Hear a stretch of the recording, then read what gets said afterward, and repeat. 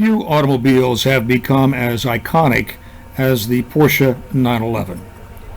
It's still assembled here in Zuffenhausen, a suburb of Stuttgart. From the Porsche Museum, it's just across the street there beyond the traffic circle. And if you want to buy one, there's a dealer off to the left.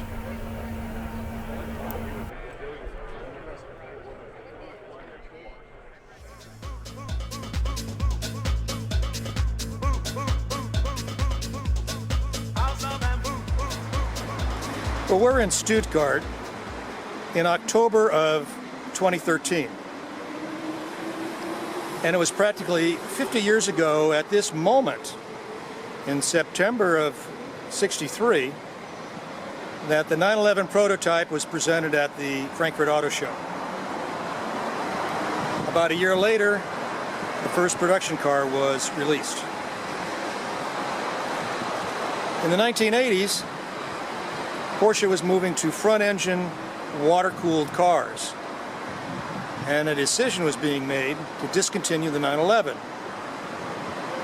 But there was a change of management, and the new chairman, coincidentally an American, resurrected the 911.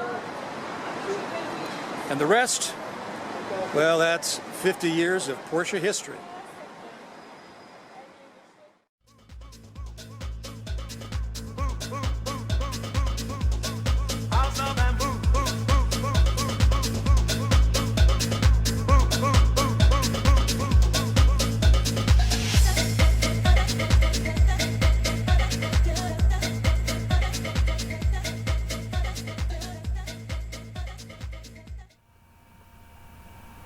The ancestor to the 911 and all things Porsche is the Type 64, built for the Berlin to Rome race that never happened in the late 1930s. It was revolutionary. No running boards, integrated headlights, canopy, roofline. The Type 64 has all of the Porsche styling character and can especially be seen, I think, in the 911 with the sloping front and strong fenders.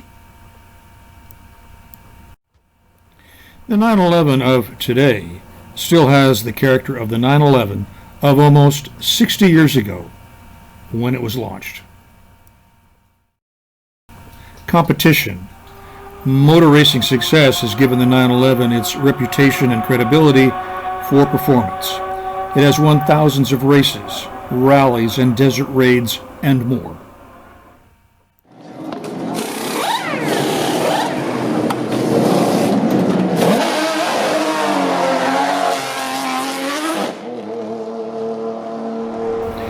Performance and a not-so-shy price tag endows the 911 with a level of prestige. They claim that 70% of all Porsches produced are still on the road becomes believable at Saturday morning car gatherings and special events of the 911 faithful. Decoding the 911 pecking order can get complicated. There is the group that relishes the detail, and then those who see their 911 as a canvas for making it their own. All the way from Minneapolis. Yes. Wanted to go to the show. So what do you expect to see here that you couldn't find in Minneapolis? A lot. There's very few air-cooled Porsches in Minneapolis. So is there cars and coffee in Minneapolis? The largest one in the U.S.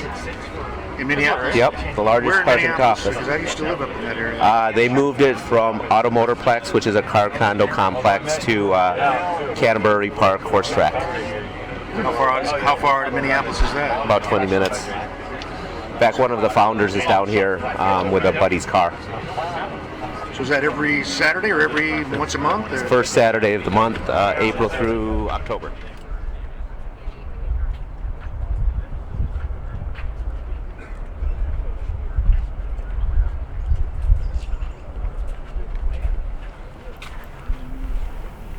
There are artists like Japan's Akira Nakai of RWB and companies like Singer, who distinguish one 911 from another with their customizing touch. Porsche has cultivated a marketing imagery that commands outrageous prices and gives ecstasy to a fan base of 911 owners and aspirants.